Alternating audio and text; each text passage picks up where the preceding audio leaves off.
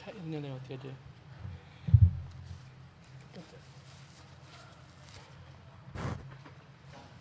Bismillah, alhamdulillah, wassalatu wassalam ala rasulillah wa ala alihi wa ashabihi wa man walah wa ba'du. Qala al-musannifu hafidhahu ta'ala fi kitabih Al-Lu'lul Maknun fi siratin Nabiyil Ma'mun. Wahmu ibn Ishaqa fi nuzuli surati Duha. Qala ibn Ishaqa thumma fatara al-wahyu an Rasulillahi sallallahu alaihi wasallam fatratan min dhalik hatta shaqqa dhalika alaihi fa akhzanahu. Faja'ahu Jibril bi surati Duha yuqsimu lahu rabbuhu wa huwa alladhi akramahu bima akramahu bih ma wadda'ahu wa ma qalahu. Faqala ta'ala wad-duha wal-laili idha saja ma wadda'aka rabbuka wa ma qala walal akhiratu khairul laka minal ula wala sawfa yu'tika rabbuka fatardah. Bismillah walhamdulillah wassalatu wassalamu ala rasulillah wa ala alihi wa sahbihi wa mawalah ila yaumil qiyamati amma ba'du. Al-ikhwatul ahibbah, pada kesempatan yang lampau kita telah membahas tentang fatratul wahyi, bahwasanya setelah turun surah Al-Alaq terputus wahyu. Kemudian kita sebutkan bahwasanya datang kembali wahyu dengan perintah agar Rasulullah SAW untuk mendakwahkan dakwahnya kepada manusia. Itu surat Al-Muddathir. Ya ayyuhal muddathir qum fa'andir. Wahai orang, tentang ancaman Allah SWT. Wa rabbaka fakabbir wa thiyabaka fatahhir. Tuhanmu besarkan, pakaianmu bersihkan. Ini surat yang kedua turun setelah surah Al-Alaq 5 ayat pertama. Dan kita telah bahas juga tentang perselisihan para ulama tentang berapa lamakah rentang masa terputusnya wahyu. Ada yang menyebutkan 3 tahun, 2 tahun, dan itu terlampau jauh. Pada malam hari ini kita akan melanjutkan pembahasan tentang kekeliruan Ibnu Ishaq ketika mengatakan surat yang kedua turun adalah surat Ad-Duha. Memang surat Ad-Duha maknanya begitu dekat ya dengan apa yang terjadi dengan diri Rasulullah sallallahu alaihi wasallam. Rasulullah merasa bersedih karena tak datang wahyu. Berkata pengarang kitab kita ini, qala Ibnu Ishaq thumma fatara al-wahyu an Rasulillah sallallahu alaihi wasallam fatratan min dhalik. Kemudian terputuslah wahyu setelah itu. Hatta syaqqa dzalika alaihi fa ahzanahu. Sehingga begitu menyulitkan bagi Nabi keadaan tersebut dan membuat dia bersedih. Faja'ahu Jibrilu bi suratil Duha. Maka datanglah Jibril menghibur Nabi dengan surat yang kedua, surat Duha. Yuqsimu lahu rabbuh, Tuhannya bersumpah untuknya, wa huwa alladhi akramahu bima akramahu bih. Dialah Nabi yang Allah muliakan dengan segala macam bentuk kemuliaan. Ma wadda'ahu wa ma qalahu. Tuhannya tidaklah meninggalkannya, tidak pula membencinya. Faqala ta'ala, maka Allah berfirman, wad-duha, demi waktu duha, wal laili idza saja, dan demi malam ketika gelap gulita. Ma wadda'aka rabbuka wa ma qalah. Sesungguhnya Tuhanmu tidak pernah meninggalkanmu, tidak pula membencimu. Walal akhiratu khairun laka minal ula. Sungguh akhir lebih baik bagimu daripada dunia. Wala sawfa yu'tika rabbuka fatardah. Niscaya Tuhanmu akan memberikan kepadamu nikmatnya dan engkau akan ridha. Ya. Naam. Ahsanallahu ilaikum. Riwayatu Shaykhani fi sahihayhima asahhu. Rawa Shaykhani fi sahihayhima an Jud bin Sufyan al-Bajali qala ishtaka Rasulullah sallallahu alaihi wasallam falam yakum lailataini aw thalathan faja'at imra'atun فقالت يا محمد إني لأرجو أن يكون شيطانك قد تركك لم أره قربك منذ ليلتين أو ثلاثا فأنزل الله عز وجل والضحى والليل إذا سجى ما ودعك ربك وما قلى. Riwayat Syaikhaini fi sahihayhima asah. Kata beliau, riwayat yang terdapat dalam Bukhari Muslim, dalam kitab sahih mereka, itu lebih benar daripada riwayat yang kita bacakan sebelumnya. Asy-Syaikhan Bukhari Muslim dalam sahihnya, dalam kitab sahih mereka, meriwayatkan dari Jundub bin Sufyan al-Bajali, dia berkata, ishtaka Rasulullah SAW. Rasulullah SAW sakit. Ya. Falam yaqum lailataini aw thalathan, sehingga 3 malam beliau tidak bangun. 2 atau 3 malam. Faja'at imra'atun faqalat, maka datanglah seorang wanita. Ya, dan dia berkata, "Ya Muhammad, inni la arju an yakuna syaitanuka qad tarakaka." Dan dia seorang perempuan musyrik. "Wahai Muhammad, aku mengira syaitanmu telah meninggalkanmu karena tak turun lagi wahyu." Ya, dan Nabi SAW sakit selama 2 malam atau 3 malam. "Lam arahu qarubaka mundu lailataini aw thalathan." Aku tidak melihat engkau dalam 2-3 malam ini didekati oleh syaitanmu. Karena Nabi tidak lagi menyampaikan wahyu Quran. Fa anzalallahu azza wa jalla, maka Allah turunkanlah ayat ya berupa surat Ad-Duha, menunjukkan bahwasanya Nabi tidaklah tinggalkan Allah. Tidak pula Allah membencinya. Wad-duha, demi malam, demi waktu duha, wal laili idza saja, dan demi malam jika datang gelap. Ma wadda'aka rabbuka wa ma qala, Tuhanmu tidaklah meninggalkanmu, tidak pula membencimu. Naam.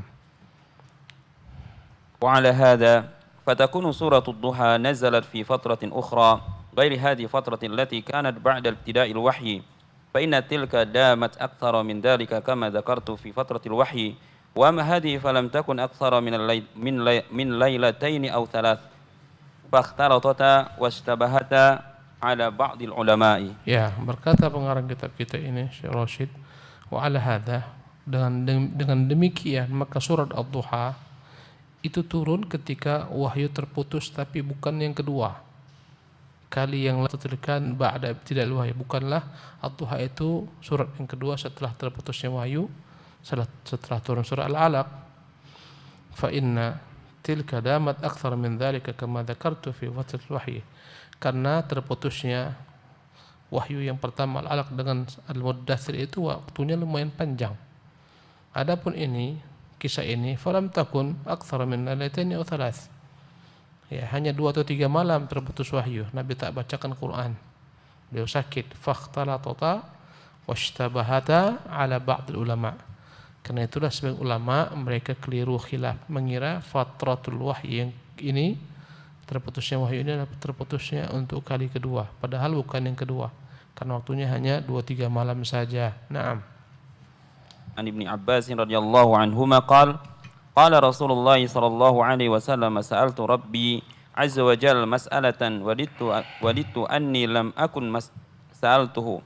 Qultu ay Rabbi qad kanat qabli al-anbiya'u minhum man sakharta lahu rih. Thumma dzakara Sulaiman bin Dawud alaihi salam wa minhum man kana yuhyi al-mauta. Thumma dzakara Isa bin Maryam alaihi salam wa minhum yadhkuru ma u'tu. Kammil. Qala alam ajidka yatiman fa awaitu. Qultu bala ay Rabbi. Qala alam ajidka dhallan fa hadaitu. Qultu bala ya ay Rabbi. Alam ashrah laka sadrak wa wada'na anka wizrak. Wa wada'tu anka wizrak. Qultu bala ya ay Rabb. Al-Imam At-Tahawi dalam kitabnya Syarhu Mushkil Athar meriwayatkan dengan sanad yang hasan dari Ibnu Abbas radhiyallahu anhuma, dia berkata, bersabda Rasulullah SAW, aku pernah minta kepada Tuhanku Azza wa Jalla satu permintaan, dan aku merasa tidak nyaman dengan permintaan tersebut. Kalaulah boleh aku tak minta, ya, tapi aku sudah terlanjur meminta kepadanya. Apa itu permintaan Nabi? Qultu ay Rabb, aku pernah berkata, wahai Tuhan, qad kanat qablil anbiya, sebelumku ada para nabi-nabi, minhum man sakharta lahu rih, di antara mereka ada yang kau berikan kepada mereka angin, tunduk atas perintahnya. Maka Nabi menyebutkan tentang Sulaiman bin Daud. Di antara mereka ada yang menghidupkan orang mati, itu Isa bin Maryam dan Musa. Thumma dzakara Isa bin Maryam wa minhum, dan Nabi menyebutkan satu-satu nabi yang dia ketahui dengan mukjizat-mukjizatnya. Ya, Nabi ingin diberikan sesuatu sebagaimana diberikan oleh Allah kepada nabi-nabi sebelumnya. Ya, maka Allah menjawab, qala alam ajidka yatiman fa'awaitu. Wahai Muhammad, bukankah engkau dahulu yatim, maka aku yang menanggungmu, mendidikmu, membesarkanmu. Qultu bala ay Rabb, katakan ya wahai Tuhan. Qala alam ajidka dhallan fahadaitu, bukankah aku dapat engkau dahulu tersesat, tak tahu petunjuk, tak tahu Quran sebelumnya, kemudian aku berikan kepada petunjuk. Qultu bala ay Rabb, aku katakan ya wahai Tuhan. Qala alam ajidka ailan fa aghnaitu, bukankah dahulu engkau ku dapat dalam keadaan miskin, fakir, akhirnya aku berikan padamu kecukupan. Qultu bala ya Rabb, aku katakan iya wahai Tuhan. Ini semua adalah isi daripada surat Ad-Duha. Ya, alam yajidka yatiman fa'ahwa wa wajadaka a'ilan fa'aghna. Qala alam ashrah laka sadrak. Ini surat Al-Insyirah. Bukankah aku telah lapangkan dadamu dari kesempitan? Wa wada'tu anka wizrak. Aku telah lepaskan daripadamu beban beratmu. Qultu bala ya Rabb, aku katakan ya wahai Tuhan.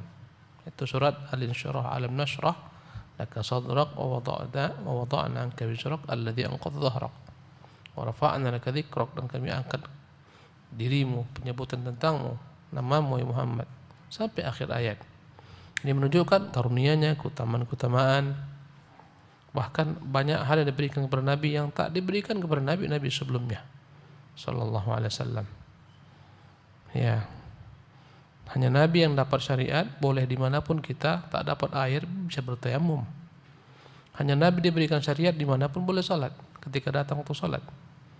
Umat-umat sebelum dahulu tak boleh salat kecuali pada tempat-tempat tertentu saja. Banyak kelebihan sallallahu alaihi wasallam. Naam.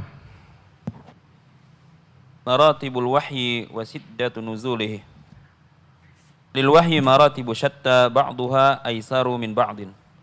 إحداها الرؤيا الصادقة وكانت مبدأ وحيه صلى الله عليه وسلم وكان لا يرى رؤيا إلا جاءت مثل فلك الصبح كما ذكرنا آنفا. Nah, adapun tingkatan-tingkatan wahyu dan bagaimana beratnya kedatangan wahyu atas Nabi SAW atau kepada Nabi SAW, maka berbeda-beda, bertingkat-tingkat. Ya, sebagian itu lebih mudah diterima Nabi, lebih mudah dicerna Nabi SAW. Sebagian lebih berat. Ihdaha, yang pertama, ar-ru'ya shadiqah. Wahyu datang dalam bentuk mimpi yang benar. Dan inilah awal-awal kedatangan wahyu kepada Nabi sallallahu alaihi wasallam. Beliau tiap kali bermimpi, mimpi tersebut begitu jelasnya, seterang ya fajar ketika datang menyingsing. Sebagaimana telah pernah kita sebutkan sebelumnya. Ini tingkatan pertama, ini yang paling mudah bagi Nabi sallallahu alaihi wasallam. Naam. ثانيها ما كان يلقيه الملك في روعه وقلبه من غير أن يراه. فعن ابن مسعود رضي الله عنه قال قال رسول الله صلى الله عليه وسلم إن روح القدس نفث في روعي أنه لن تموت نفس حتى تستكمل رزقها فاتقوا الله وأجملوا في طلب ولا يحملنكم استطاع الرزق على أن تطلبوه بمعصية الله فإن ما عند الله لا ينال إلا بطاعته. Yang kedua, bagaimana cara wahyu yang kedua datang kepada Nabi SAW? Yang kedua bentuknya adalah malaikat membisikkan dalam hati Nabi SAW. Dan Nabi tak melihat malaikat tersebut, tapi dibisikkan oleh malaikat ke dalam dada Nabi, ke dalam hatinya. Dari Ibnu Mas'ud radhiyallahu anhu, dia berkata, bersabda Rasulullah SAW, Inna ruhal qudusi, sesungguhnya Jibril, nafatha fi raw'i, membisikkan di dalam hatiku, annahu lan tamuta nafsun hatta tastakmila rizqaha, bahwasanya tak akan mungkin satu jiwa itu mati sampai benar-benar telah sempurna rezekinya. Ya, ini menunjukkan berita gembira terhadap kita yang masih hidup. Tak usah takut rezeki, selama masih ada nafas, masih ada rezeki. Banyak orang galau apalagi masa pandemi. Ya, kegalauan yang berkepanjangan, stres. Masa pandemi semakin banyak orang gila di jalan-jalan. Ya, orang mukmin tak takut dengan rezekinya. Karena rezekinya selama masih ada nyawa, masih ada hidup, masih ada nafas, jantung masih berdegup, tetap ada rezeki baginya. Ya, inilah kata Nabi, Jibril membisikkan ke dalam dadaku bahwasanya satu jiwa tak akan pernah binasa sampai rezekinya telah dia sempurnakan. Fattaqullah, karena itu takutlah kepada Allah. Ya, karena itu fokuslah, bertakwalah kepada Allah. Karena kalian diciptakan untuk itu, beribadah kepadanya, menyembah kepadanya. Rezeki sarana yang telah dia siapkan untuk kalian, bukanlah tujuan, tapi persiapkan diri kalian untuk tujuan mulia. Bertakwalah kepada Allah, wa ajmilu fit talab, dan berbaik-baiklah dalam menimba, mencari rezeki. Fa'ajmilu fi talab. Ya. Jangan sampai engkau dalam mencari rezeki menghalalkan semua yang haram. Wala yahmilannakum istibta'ur rizqi ala an tatlubuhu bi ma'siyatillah. Jangan sampai kalian terbawa-bawa karena lambat rezeki datang, kalian paksa mencari rezeki dengan jalan-jalan yang dia adalah maksiat kepada Allah Subhanahu wa taala. Karena tak datang yang halal, akhirnya dia cari yang haram, menipu, mencuri. Ya. Jangan. Fa inna ma indallahi la yunalu illa bi ta'atihi. Apa yang Allah janjikan padanya di sisinya berupa rezeki tak akan didapatkan kecuali dengan ketaatan kepadanya. Maksudnya rezeki yang halal, rezeki yang berkah, rezeki yang membawa kebaikan. Ini hanya dapat dituntut dari Allah SWT dengan berbuat taat kepadanya, bukan dengan maksiat. Ini adalah merupakan wahyu yang kedua. Jibril membisikkan ke dalam dada Nabi, dan ini tingkatan yang kedua, lebih ringan. Ya. Jadi yang paling ringan yang pertama, yang kedua ya di atasnya sedikit. Naam. Thalithuha annahu sallallahu alaihi wasallam kana yatamathalu lahu al-malaku rajulan fayukhatibuhu hatta ya'i anhu ma yaqulu lahu. Wa fi hadhihi al-martabati kana yarahu sahabatu ahyana. Adapun wahyu yang ketiga datang kepada Nabi SAW kadang-kadang dalam bentuk malaikat yang menyerupai dirinya dengan sosok laki-laki. Ya, dan malaikat Jibril jika datang kepada Nabi dalam sosok laki-laki, ya, maka dia berbincang-bincang dengan Nabi SAW. Dan Nabi pun sadar dan mengetahui, mengingat apa yang dikatakannya. Ya. Dan tingkatan yang ketiga ini terkadang sahabat melihatnya, sebagaimana hadis Jibril. Jibril datang dalam bentuk seorang laki-laki yang berpakaian putih bersih, berambut hitam legam, bertanya tentang Islam, tentang iman, tentang ihsan. Kadang-kadang sahabat juga melihat Jibril datang dalam bentuk laki-laki seperti sahabat Nabi yang bernama Dihyah Al-Kalbi, sehingga mereka mengira itu Dihyah padahal dia Jibril. Ini tingkatan yang ketiga. Naam. Rabi'uha annahu kana ya'tihi fi mithla salsalatil jaras.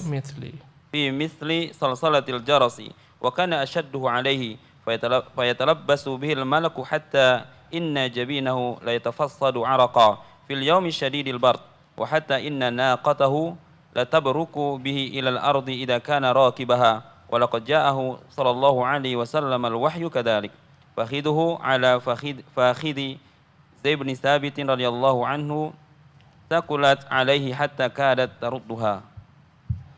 Adapun yang keempat, dan ini yang paling berat, ini yang paling payah bagi Nabi SAW dalam menerimanya.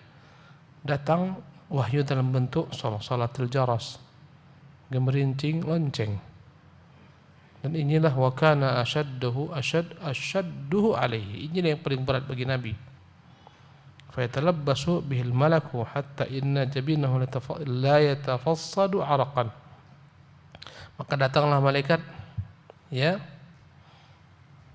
dengan suara lonceng ini, ya, gemerincing lonceng, sehingga benar-benar dahi Nabi berkeringat. Fil yawmi syadidil bard, padahal harinya begitu dingin, pada musim dingin, berkeringat Nabi SAW dahi beliau.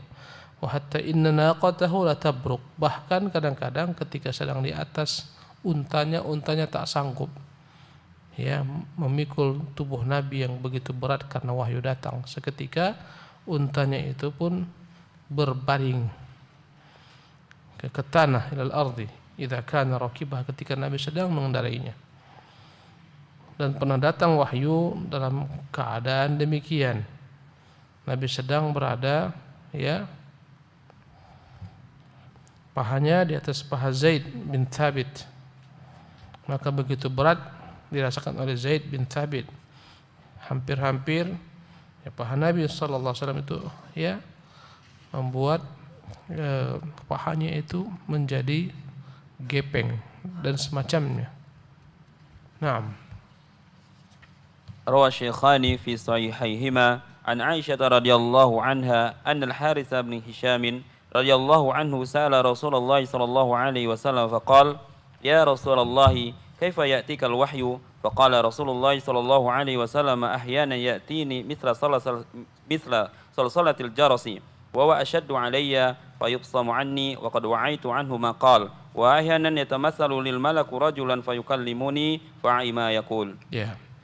Dan Imam Bukhari Muslim meriwayatkan dari Aisyah radhiyallahu anha bahwasanya Al Harits bin Hisham radhiyallahu anhu pernah bertanya kepada Rasulullah, "Wahai Rasulullah, bagaimana wahyu datang kepadamu?" Beliau menjawab, "Kadang-kadang datang kepadaku dalam bentuk suara gemerincing lonceng.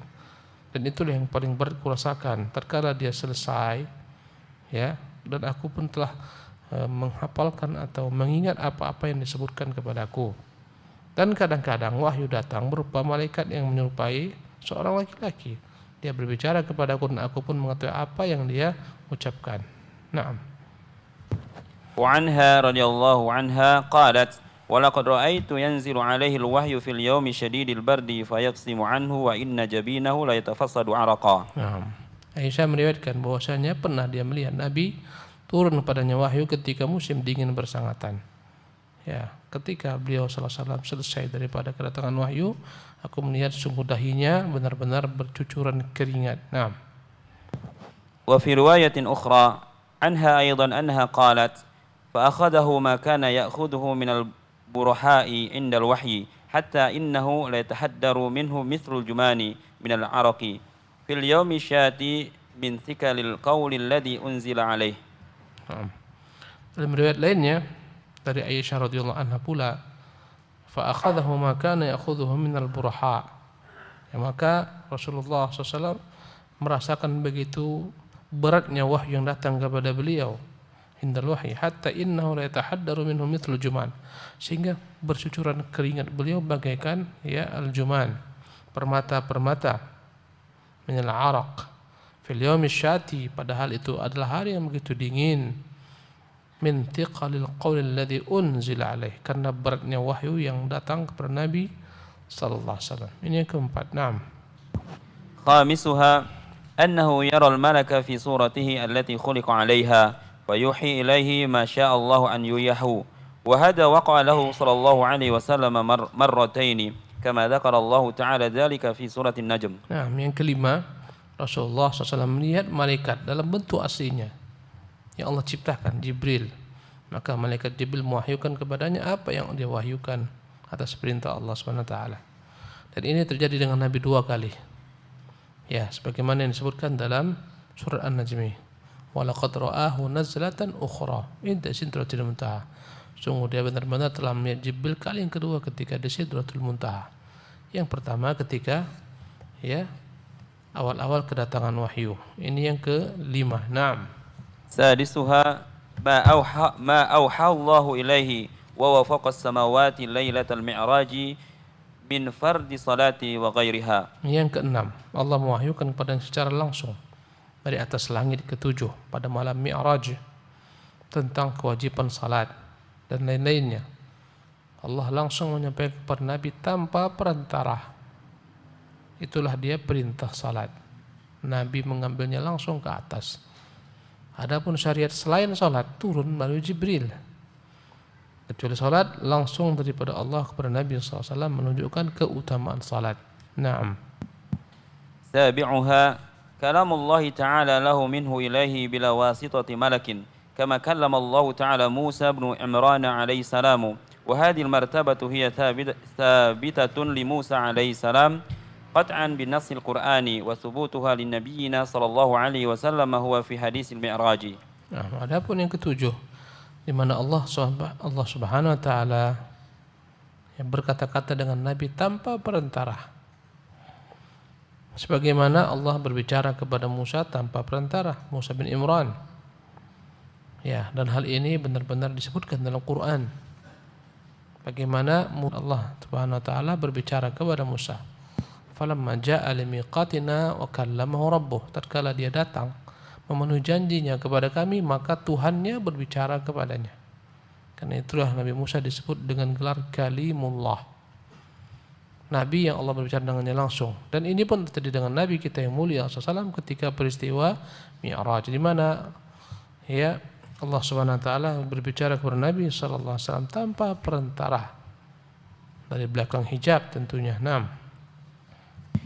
وقد زاد بعضهم مرتبة ثامنة وهي تكليم الله تعالى له كفاحا من غير حجاب وهذا على مذهب من يقول إنه صلى الله عليه وسلم رأى ربه تبارك وتعالى وهي مسألة خلاف بين السلف والخلف. Dan sebagian menambahkan yang ke-8, yaitu di mana Allah berbicara kepada Nabi terang-terangan langsung tanpa ada hijab bagi orang-orang atau bagi ulama-ulama yang mereka mengatakan dalam pendapat mereka bahwasanya Nabi SAW pernah melihat Tuhannya. Dan ini perkara khilaf. Apakah Rasulullah pernah melihat Tuhannya? Dipersisikan di kalangan para ulama antara salaf dan khalaf. Ya, ketika Mi'raj apakah Rasulullah melihat Allah Jalla wa'ala? Tapi ditanyakan kepada Ibunda Aisyah, kepada Nabi, hal ra'aita rabbak, wahai Rasulullah, apakah kamu melihat Tuhanmu? Berkata Rasulullah, nurun anna arah, cahaya bagaimana aku bisa melihatnya. Maksudnya dihijabi cahaya. Sebagian membaca lain, nurun inni arahu. Tadi anna, bagaimana makna anna kaifa, bagaimana aku melihatnya. Sebagian membaca nurun inni arahu, cahaya sungguh aku benar-benar melihatnya. Tapi pendapat yang pertama lebih kuat. Ketika itu Nabi tak melihat Allah Jalla wa'ala. Ya, karena Rasulullah juga menyebutkan tentang Allah hijabuhu nurun. Allah itu hijabnya nur. Walau kasyafahu lahtaraqat subuhat wajhi man ilaihi basaruhu min khalqih. Hijab Allah itu cahaya. Sekiranya dia singkap akan terbakarlah makhluk yang melihat Allah Subhanahu wa taala. Karena itulah Musa ketika menuntut untuk melihat Allah, kata Allah, lan tarani, engkau tidak mampu melihat saya. Tapi lihatlah kepada gunung. Maka Allah menyingkap hijabnya kepada gunung. Gunung itu pun hancur luluh, rata dengan tanah. Musa pun pingsan. Yang benar, Nabi tak pernah melihat Allah Jalla wa'ala dengan mata kepalanya. Tapi Nabi pernah melihat Allah Subhanahu wa taala dengan mata hatinya, dalam mimpinya. Ya, ini pendapat yang lebih rajih.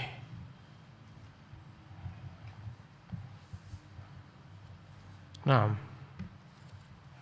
قال الإمام البغوي رحمه الله تعالى الوحي من الله عز وجل على أنبيائه عليهم السلام على أنواع كما قال الله تعالى وما كان لبشر أن يكلمه الله إلا وحيا أو من وراء حجاب أو يرسل رسولا فيوحي بإذنه ما يشاء. قال بعض أهل التفسير الوحي الأول ما أراهم في المنام. قال عبيد بن عمير رؤيا الأنبياء وحي وقرأ إني أرى في المنام أني أذبحك. Berkata Imam Al-Baghawi rahimahullah, wahyu itu dari Allah Azza Jalla atas nabi-nabinya berbeda-beda, bermacam-macam. Sebagaimana Allah muat dalam surat Asy-Syura ayat 51, Allah berfirman, "Wa ma kana li basharin an yukallimahullahu illa wahyan." Taklah layak bagi seorang manusia Allah berbicara kepadanya langsung kecuali wahyu yang diwahyukan. Au min wara'i hijab, atau berbicara dari belakang hijab. Au yursila rasulun, atau Allah mengutus utusannya, rasulnya. Fayuhi bi'idznihi ma yasha, maka diwahyukan dengan izin Allah apa yang dia kehendaki. Berkata sebagian ulama tafsir, wahyu yang pertama adalah apa yang Allah tunjukkan kepada para rasul ketika tidur. An yukallimahullah illa wahyan. Ya. Jadi yang pertama adalah apa yang mereka lihat dalam tidur mereka. Ubaid bin Umair berkata, mimpi-mimpi para nabi itu adalah wahyu, dan dia membaca ayat dalam surat Yusuf, membaca ayat yang terdapat dalam surat As-Saffat ketika berkata Ibrahim kepada putranya, inni ara fil manami anni adzbahuka, aku melihat dalam mimpiku aku menyembelihmu. Ini perintah Allah untuk menyembelih putranya Ismail. Nah, وقال غير واحد من أهل التفسير في قوله تعالى أو من وراء حجاب كما كلم موسى عليه السلام من وراء حجاب حتى قال أرني أنظر إليك. وقوله تعالى أو يرسل رسولا وهو إرسال الروح الأمين كما قال تعالى نزل به الروح الأمين على قلبك لتكون من المنذرين. وقد كان لنبينا صلى الله عليه وسلم جميع هذه الأنواع. وقال الله عز وجل في رؤياه لقد صدق الله رسوله الرؤيا بالحق. Berkata banyak daripada ulama-ulama ahli tafsir dalam firman Allah Jalla wa Ala, aw min wara'i hijab, atau dia menyampaikan wahyunya dari belakang hijab. Sebagaimana Musa alaihissalam, Allah berbicara kepadanya dari belakang hijab, sehingga Musa tak sabar sehingga berkata, Tuhan, biarkan saya melihat kepadamu. Allah katakan, engkau tak dapat melihatku. Di dunia memang tak dapat kita melihat Allah Subhanahu wa taala, tapi banyak keterangan dalam hadis-hadis yang sahih kita akan melihat Allah Jalla wa Ala nanti ketika hari akhirat. Karena di dunia ini lemah, tubuh kita pun lemah. Ya, berbagai macam penyakit yang kita derita di dunia ini dengan segala macam bentuk kenaifan. Nanti ketika di alam akhirat Allah sempurnakan kekuatan manusia. Di padang mahsyar 500 tahun berdiri tak makan tak minum, kita biasa aja. Di dunia jangankan 500 tahun, 5 hari tak makan mati kita. Di dunia manusia lemah, di akhirat sempurna kekuatannya. Jadi tak mampu Musa melihat Allah SWT. Wa qawlu ta'ala au yursila rasul. Adapun firman Allah, atau dia mengutus rasulnya, yaitu irsalur ruhil amin. Allah mengutus malaikat Jibril yang namanya adalah Ar-Ruhul Amin. Sebagaimana Allah katakan, nazala bihi Ar-Ruhul Amin. Dibawa wahyu tersebut oleh Ar-Ruhul Amin, maksudnya Jibril. Ya, Ar-Ruhul Amin maksudnya Jibril, ruh yang dipercaya. Ala qalbika,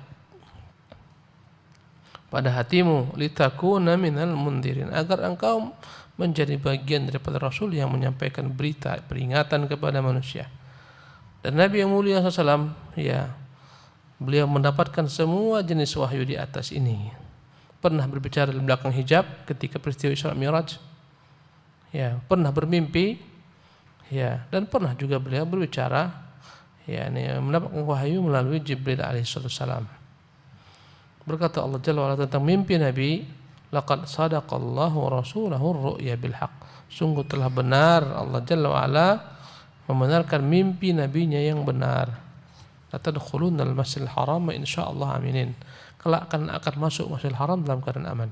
Jadi sebelum Nabi masuk Masjidil Haram, Nabi bermimpi, dia tawaf, dia sa'i, dia menyembelih. Dan Allah benarkan mimpi tersebut. Tapi bukan pada tahun ke-6 Hijriah, pada tahun berikutnya. Nah, kita padakan sampai di sini.